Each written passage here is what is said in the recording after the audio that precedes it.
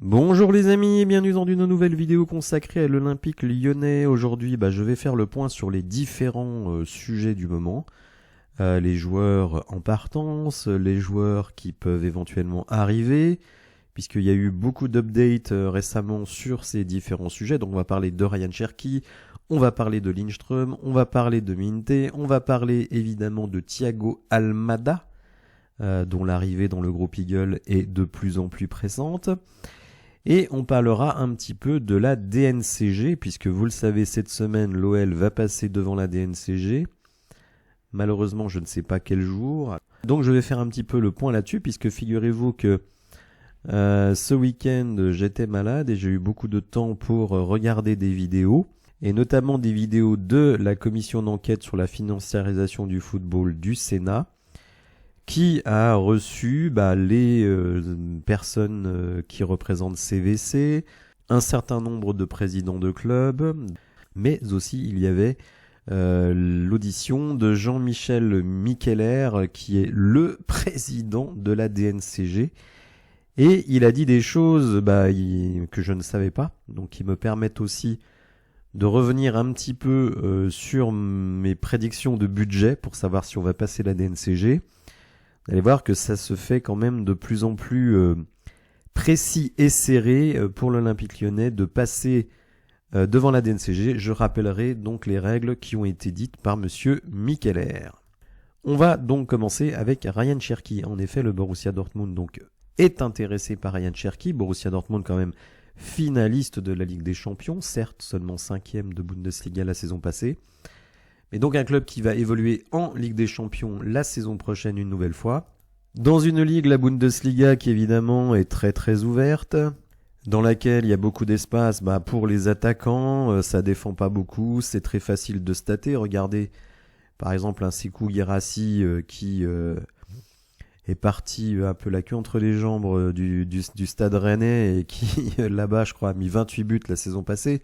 Donc un truc de fou, alors qu'en France, c'était quand même pas la folie. Regardez Kolo Muani, qui a fait des stats incroyables là-bas, et qui, avec le PSG, est en grande difficulté. Donc, un championnat qui, effectivement, permet de se montrer peut-être un peu plus beau que l'on est réellement. Peut-être que ça peut être pas mal pour Ryan Cherki. Mais en tout cas, lui, ce n'est pas tellement son envie. Puisque, on nous le répète dans l'article, l'envie de Ryan Cherki, c'était simplement d'aller au Paris Saint-Germain. Le coach Luis Enrique et le directeur sportif Luis Campos sont vraiment à fond sur Ryan Cherki. Alors pour certains, on peut se demander, mais pourquoi donc c'est vrai qu'à Lyon, le joueur ne fait pas l'unanimité, des stats quand même assez faméliques pour un génie, si c'est ainsi qu'on veut bien l'appeler. Oui, effectivement, il peut débloquer des situations, il peut faire tourner des matchs, mais bon, c'est quand même pas très souvent. Mais comme joker venant du banc, pourquoi pas. En tout cas, il a eu a priori une visioconf avec l'ami Luis Enrique, et donc ça aurait convaincu Ryan Cherki d'aller à Paris. Seulement le problème de Ryan, c'est qu'il a fait un choix qui au final ne s'avère pas très judicieux, c'est celui de signer dans l'agence d'agents de Madame Fazia Lamari, qui est donc la mère de Kylian Mbappé, et évidemment vous doutez bien que Nasser El Khelaifi, donc le président du Paris Saint-Germain, déjà qui ne veut pas payer ce qu'il doit à Kylian Mbappé, il a certainement pas envie de donner des commissions d'agents à la boîte d'agents de Madame Lamari, donc bien entendu c'est un obstacle, donc on va dire un petit peu un fight entre l'entraîneur, le directeur sportif et le président, mais bon, c'est quand même le président qui a les cordons de la bourse. Autre chose, peut-être avez-vous vu passer cette information, mais Luis Campos serait dans un projet avec un groupe saoudien pour reprendre l'AS Monaco qui est en vente, donc Dimitri Ribolovlev a décidé de se séparer de l'AS Monaco, et donc un fonds saoudien serait intéressé, et ils utiliseraient comme directeur sportif Luis Campos. Donc évidemment, si c'est vrai, je n'en sais rien, c'est des infos qui sont sorties très récemment, on imagine bien que Luis Campos, il va pas avoir un gros pouvoir pour faire engager Ryan Cherki. Donc pour le moment, la situation reste relativement stable. Mais voilà, sachez que Ryan veut aller à Paris, on va dire le staff technique voudrait bien avoir Ryan Cherki, mais le président du club ne veut pas pour des raisons qui ne sont pas forcément sportives. Et il y aura peut-être une solution de repli parce que lui, Ryan Cherki, il veut quitter l'OL. Hein. Ça nous est dit absolument partout.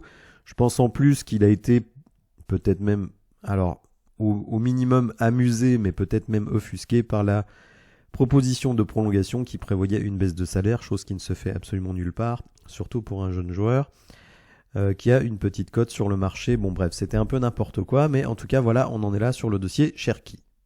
Un dossier qui lui avance très très vite, c'est celui de Thiago Almada. Alors, John Textor veut Thiago Almada depuis longtemps. J'ai fait une vidéo il y a une dizaine de jours là-dessus, donc je vous invite à aller la revoir si ça vous intéresse. Je fais un petit peu le profil du joueur, ses qualités, ses défauts. Pour tout vous dire, je pensais que le fait que John Textor veuille que Thiago Almada passe par Botafogo pendant 6 mois ou 1 an avant de venir à Lyon, ça allait poser un problème. Et finalement, non. C'est vraiment une grande surprise pour moi parce que finalement, c'est exactement le même schéma que Luis Enrique. À la grande différence que Luis Enrique, il est brésilien. Donc finalement, repartir une année au Brésil pour ensuite venir à l'OL, bon, ça peut s'entendre. Lui, Thiago Almada, il joue aux États-Unis. Alors bon, c'est difficile de savoir quel est le meilleur championnat entre la MLS et le championnat brésilien. Hein. C'est des championnats, on va dire, quand même très inférieurs à ce qui se fait en Europe. Fabrizio Romano nous dit donc que Thiago Almada est d'accord pour passer donc par Botafogo pendant 1 an, mais que le prochain mouvement de Thiago Almada, ce sera vers l'Olympique Lyonnais. Certains ont dit « Ah, mais ça pourrait être Crystal Palace ». Mais non, mais attendez, mais Crystal Palace. John Textor est en train de vendre ses parts pour Crystal Palace. Vous voyez quand même pas que Crystal Palace va engager un mec d'un des associés qui est en train de partir. Déjà que quand Textor était à Crystal Palace, il n'avait aucun pouvoir sur le recrutement. Imaginez bien qu'au moment où il part, il va pas imposer un de ses joueurs comme il peut le faire à l'Olympique Lyonnais. Donc il faut être un peu sérieux. Thiago Almada est un futur joueur de l'OL. Alors, à quel horizon? Mercato hiver prochain, été prochain, je ne sais pas. Ce qu'il y a, c'est que, bon, on a vu avec l'expérience que Textor, quand il faisait passer les joueurs d'un championnat à l'autre, il aimait bien que les mecs fassent l'ensemble de la saison. Donc, comme le championnat brésilien se dispute en année civile. Si Thiago Almada arrive là maintenant dans le championnat brésilien, je le vois pas faire que 6 mois au Brésil et venir en France. Ça me paraîtrait très surprenant. Je verrais vraiment pas l'intérêt. À la limite, vaudrait mieux qu'il vienne maintenant, qu'il fasse la préparation avec l'équipe pour pouvoir s'intégrer, etc., etc. Bon. Donc moi je pense qu'il va faire 1 an et demi à Botafogo, ou alors il arrivera à Botafogo seulement à la fin de cette année-là.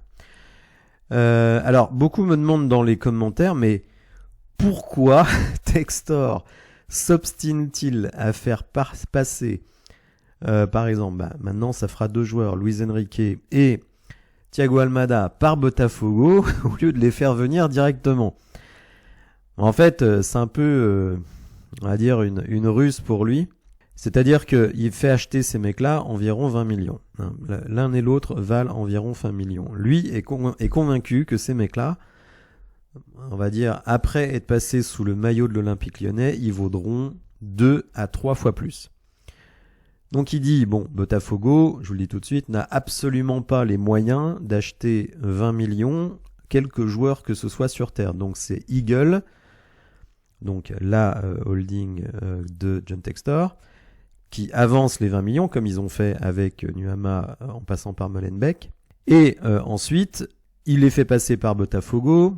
Ces joueurs-là viendront à Lyon, alors soit en transfert, d'éventuellement 20 millions, soit en prêt gratuit et il fera le jour où on vendra, il fera une clause où Botafogo récupérera X% de ces joueurs-là, parce que lui pense que quand ces joueurs-là jouent à Botafogo, même s'ils sont bons, ça va pas vraiment booster leur valeur, alors que s'il les fait jouer à l'OL, qui est un club déjà très réputé, faut savoir que dans tous les pays du monde, vous savez, on a tendance un peu à se battre la coulpe, à s'auto-flageller, mais je lis énormément d'articles étrangers sur l'Olympique Lyonnais, que ce soit au Brésil, en Angleterre, etc., puisqu'on recrute dans ces contrées-là pour le moment.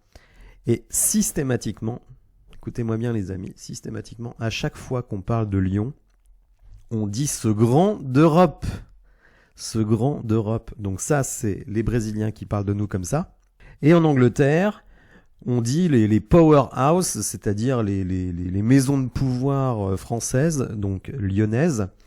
Faut savoir que, vu d'Angleterre, Lyon, c'est quand même une équipe qui a battu 2 fois Manchester City.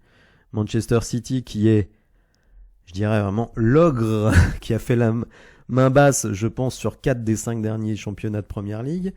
Et nous, on les a joués 3 fois, on a fait 2 victoires, 1 nul. Alors peut-être certains ne s'en souviennent pas, mais en tout cas, c'est la réalité. Et donc l'OL est un club extrêmement respecté dans tout le monde entier, vraiment. Donc parfois, vraiment, comme je dis, on s'auto-flagelle, mais croyez-moi, on est perçu comme un grand club.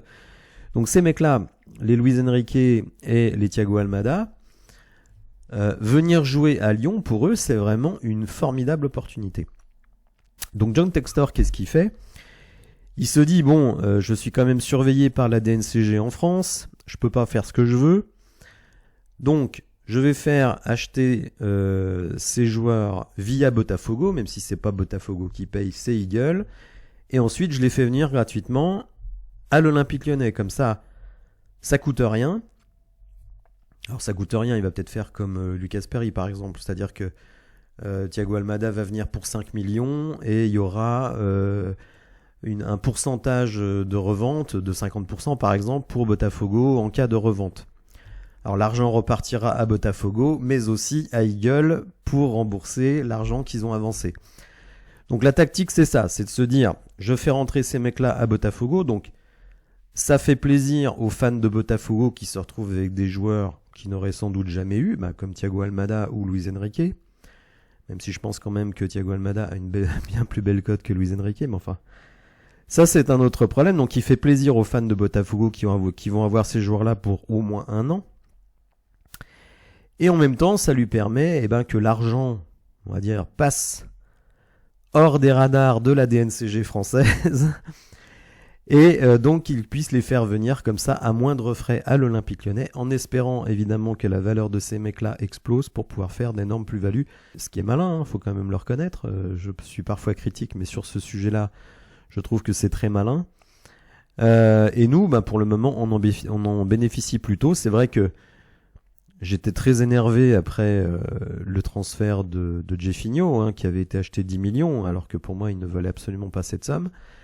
Mais je trouve que depuis, dans la relation qu'on a avec Botafogo, finalement, tout le monde est gagnant. Parce que Botafogo récupère les joueurs pendant une saison quasi complète, des joueurs qui ne pourraient pas avoir sans le groupe Eagle. Et nous, on les récupère pour le moment. J'attends de voir quand même à quel prix, par exemple, va arriver Luis Enrique. S'il arrive pour 20 millions, là, je trouve que c'est beaucoup moins bien pour nous parce que finalement, in fine, les 20 millions, c'est nous qui les payons. Parce que Botafogo n'avance absolument rien, Eagle leur donne 20, nous, on donne 20 à Botafogo et Botafogo redonne 20 à Eagle. Donc eux, ils ont eu le joueur gratuitement pendant 1 an à un mec qui vaut 20 millions. Donc vous voyez, c'est quand même nous qui sommes lésés dans l'affaire. Bref, donc voilà pourquoi. Les dernières choses à régler dans le dossier Almada, c'est que de se mettre d'accord entre Botafogo et Atlanta, mais visiblement, on serait vraiment très très proche de conclure ce dossier. Donc Thiago Almada, on peut le dire, sera un futur joueur de l'OL À quel horizon? À mon sens, 1 an et demi, parce que je ne vois pas faire 6 mois à Botafogo pour terminer cette saison, 6 mois à Botafogo pour démarrer la saison et venir à l'OL en été 2025. Enfin, je trouverais ça très bizarre. Donc ça, c'est mon interprétation, mais je n'ai pas d'infos sur le sujet. On continue avec les nouvelles du jour. Alors, un article de The Athletic qui fait le point sur donc le dossier Yankuba Minteh, hein, donc vous savez, c'est ailier droit prêté par Newcastle au Feyenoord, qui a fait une très belle saison, des belles stats, hein, je crois 10 buts et 7 passes, un truc comme ça. Eh bien, on peut se demander, mais comment se fait-il que Newcastle, qui finalement a réussi son coup, puisqu'ils ont acheté le joueur, ils l'ont prêté, il a explosé, et donc, et notamment les fans de Newcastle, eh ben, n'attendent qu'une chose, c'est le retour de Yankuba Minteh. Le foot anglais a également une autorité de régulation financière, c'est d'ailleurs elle qui a mis des points de pénalité par exemple à Everton cette saison. Et en fait, il y a une règle, alors les règles en France sont un peu différentes, mais la règle en Angleterre fait que vous ne devez pas passer un certain montant de déficit sur 3 années glissantes. Newcastle, quand il a été racheté par des fonds, alors je ne sais plus si c'est des Saoudiens ou des Émirats Arabes Unis, enfin bon bref. Donc ils ont été rachetés par un fonds souverain et dès le début ils ont fait un mercato, plusieurs mercatos extrêmement chers. Ils ont d'ailleurs récupéré Bruno Guimaraes dans l'affaire, mais ils ont été européens très très rapidement. Donc ils sont un peu pris par deux étaux, le fair play financier européen et les règles purement de la Première Ligue. Et donc, pour équilibrer leur compte, eh bien, ils sont obligés très rapidement de vendre un joueur et ils ont décidé que ce serait, eh bien, Yankuba Minteh, tout simplement parce que même s'il a fait une belle saison, ils sont pas du tout convaincus qu'il puisse être productif immédiatement avec Newcastle. Et donc, ils se disent, bon, même s'il a un beau potentiel, il vaut mieux garder les mecs qu'on a déjà. Donc, ils sont plutôt dans cette démarche-là et c'est pour ça qu'ils veulent absolument vendre l'ami Minteh. Alors dans le cœur de l'article, on nous dit que donc Everton est candidat, mais Ben Jacobs, hein, qui est un spécialiste des transferts en Angleterre, eh bien nous dit que déjà Everton s'est retiré de la course, hein, faut le savoir. Donc Everton n'est plus sur le coup, mais le Borussia Dortmund, décidément, vous me direz, ils ont ramené quand même beaucoup d'argent grâce à la Ligue des Champions. Sachez même que dans le transfert de Jude Bellingham, ils ont récupéré 25 millions de plus, puisqu'il y avait une clause dans le transfert de Bellingham qui permettait à Dortmund de récupérer 25 millions si Bellingham gagnait la Ligue des Champions. Donc non seulement ils ont eu l'allocation de finaliste de la Ligue des Champions, mais 25 millions en plus, donc évidemment ils ont beaucoup d'argent. Donc eux aussi sont sur la liste, la Roma également. L'Olympique Lyonnais, et voyez l'Olympique de Marseille, décidément, on ne se lâche pas. L'article nous dit bien que Newcastle, qui en attendait initialement 40 millions de livres, pas d'euros, 40 millions de livres, se contenterait entre guillemets de 25 millions de livres, ce qui fait 30 millions d'euros. Donc autant vous dire que je n'imagine pas du tout l'Olympique Lyonnais sortir 30 millions d'euros pour un ailier droit. En tout cas, je trouve que ce serait une très mauvaise idée que de sortir 30 millions pour un ailier droit qui finalement n'a qu'une bonne saison à son actif, qui a certes un énorme potentiel, mais j'ai beaucoup de mal à le croire à cela. Donc un dossier, à mon avis, très très très compliqué à finaliser. Autre dossier compliqué à finaliser, celui de Jesper Lindström. Donc, y a 2 obstacles et pas des moindres, c'est que le Napoli ne veut absolument pas brader le joueur, et en plus le nouveau coach Antonio Conte veut absolument le voir à l'œuvre avant de donner un bon de sortie. On nous dit dans cet article qui est repris donc par Olympique Lyonnais, que l'OL aurait fait une proposition qui a tout simplement été rejetée, une proposition de prêt avec une option d'achat. Donc on ne nous donne pas la somme exacte. Mais on nous dit aussi que nos amis du Napoli, qui avaient acheté le joueur 30 millions, ne veulent pas de moins de 30 millions d'options d'achat. Donc là aussi, ça fait très très cher pour un joueur qui a quand même perdu sa place, qui n'a pas été retenu en équipe nationale. Vous le voyez, on est quand même sur des pistes hyper chères. Moi, j'aimerais bien quand même que notre cellule de data, etc., nous sorte des joueurs quand même qui soient performants et à des prix raisonnables. Tout cela, évidemment, c'est des prix entre 20 et 30 millions. Ce n'est pas raisonnable du tout. Alors, évidemment, vouloir faire un mercato ambitieux, c'est bien, c'est très très bien. Mais encore faut-il passer sous les fourches codines de la DNCG. Et donc, je me suis délecté des vidéos du Sénat. Commission d'enquête, quand même, je me suis tapé plus de 5 heures de vidéos. À un moment, c'était super intéressant. Franchement, on comprend énormément de choses. Et donc, Monsieur Mikeler, qui est le président de la DNCG, a bel et bien rappelé une règle que j'avais évoquée dans mes précédentes vidéos sur le budget. C'est-à-dire que pour ne pas être encadré, je précise bien pour ne pas être encadré, il faut que vos charges de personnel soient inférieures à 70% de vos recettes certaines. À l'image, vous avez notre bilan au 30 décembre 2023. Alors, j'ai entouré quelques petits trucs. Vous avez ici le produit des activités hors trading de joueurs. Donc, produit des activités, là-dedans, vous avez toutes nos recettes. Toutes. À cette époque-là, l'Arena venait simplement d'être mise en fonction. Donc, il y a très peu de recettes de l'Arena dans ces recettes. Mais il y avait les droits télé, évidemment, les recettes stade, le merchandising, etc., les events, etc. Donc là, après 6 mois d'exercice, ça vous faisait à peu près 77 millions. Bien. Vous avez les plus-values de cession de joueurs. Donc, il y avait un peu plus de 70 millions, c'est-à-dire la différence entre nos ventes et nos achats. Donc, on avait fait 95 millions de ventes. On avait eu une enveloppe de 23 millions que j'avais donnée en exclusivité France. Je me passe un petit peu la pommade, mais bon. Donc, c'est pour ça qu'on a 70 millions de plus-value.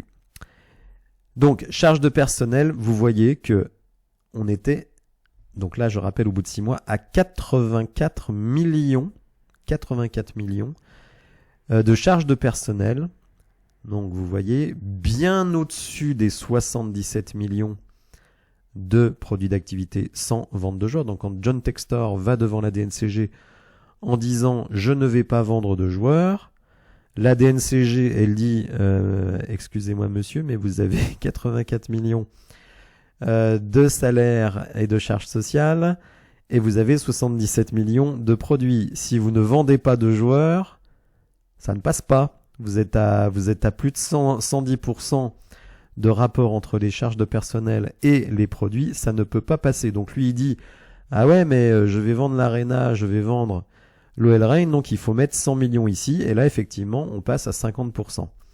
Donc la DNCG a dit non, tant que ces trucs ne sont pas vendus, ça ne peut pas le faire. C'est pour ça que John Textor, en ayant vendu Barcola, Luqueba et Romain Fèvre l'été, a pu recruter en hiver, parce que ici vous rajoutiez ces 70 millions de plus-value de joueurs, ce qui vous permettait de passer en dessous des 70%. Vous savez, il y a beaucoup de fantasmes sur la manière dont fonctionne la DNCG, mais ce qu'il faut savoir, c'est que la DNCG, n'en déplaise à certains, est une commission indépendante, que le président, M. Mikeler, travaille au cabinet Deloitte. C'est quand même pas des pimpins, ils ont une réputation, ils sont audités par...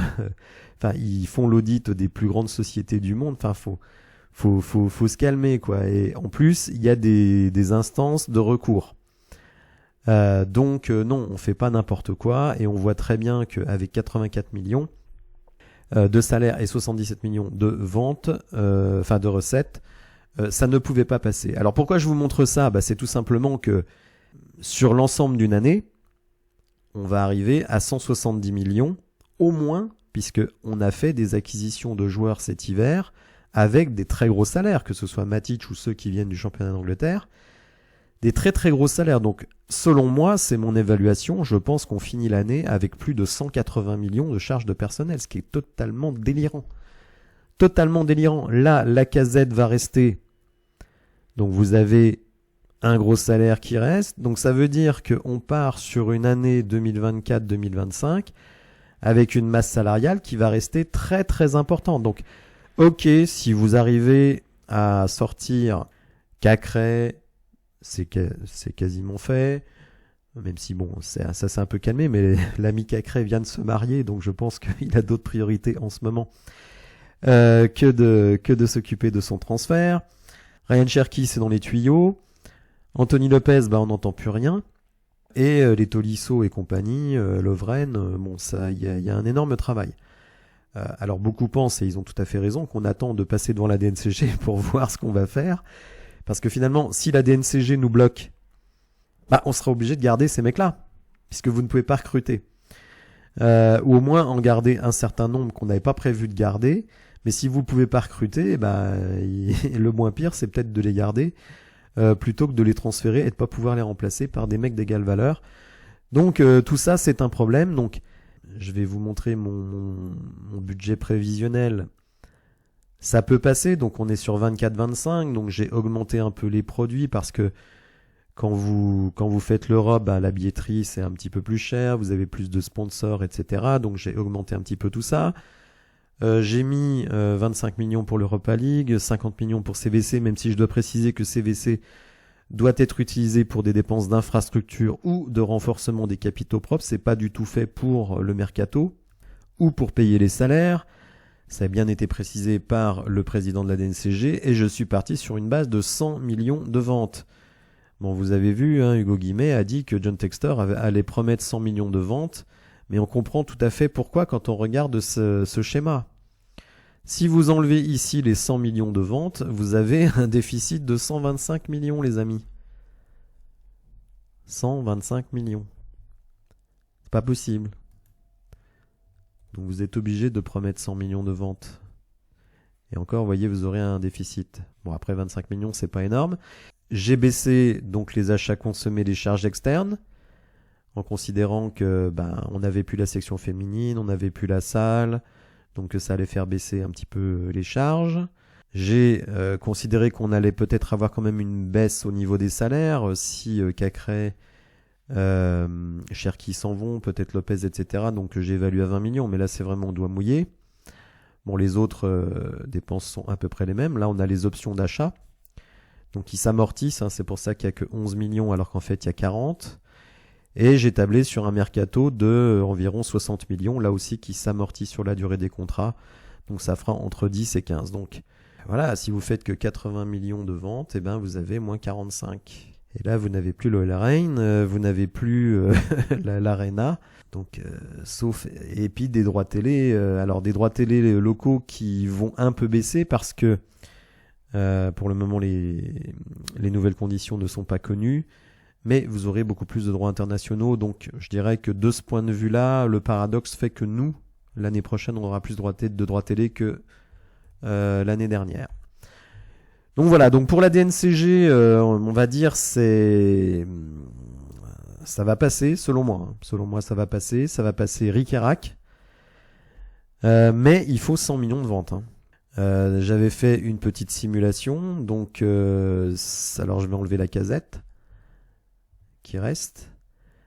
Donc il faut faire Cherki à 20, Cacré 25, 5 pour Tagliafico, 5 pour Diomandé, 5 pour Amin Sarr, bon je sais je suis un peu optimiste pour Sarr, 25 pour O'Brien et 10 pour Tolisso, là aussi c'est très généreux. Ou alors, et c'est toujours la solution, et d'ailleurs monsieur Mikeller l'a évoqué, il faut, comme à Marseille d'ailleurs, que le propriétaire accepte de mettre l'argent qui manque de sa poche. On nous a dit que Monsieur McCourt allait mettre 70 millions de sa poche pour combler les trous marseillais du budget qui vient de se clôturer.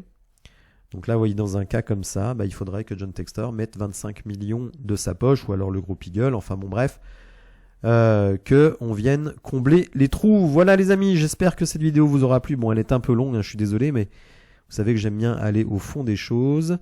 Si vous avez apprécié la vidéo, n'hésitez pas à la liker, à vous abonner à la chaîne et je vous dis à bientôt pour de nouvelles infos. Merci, au revoir.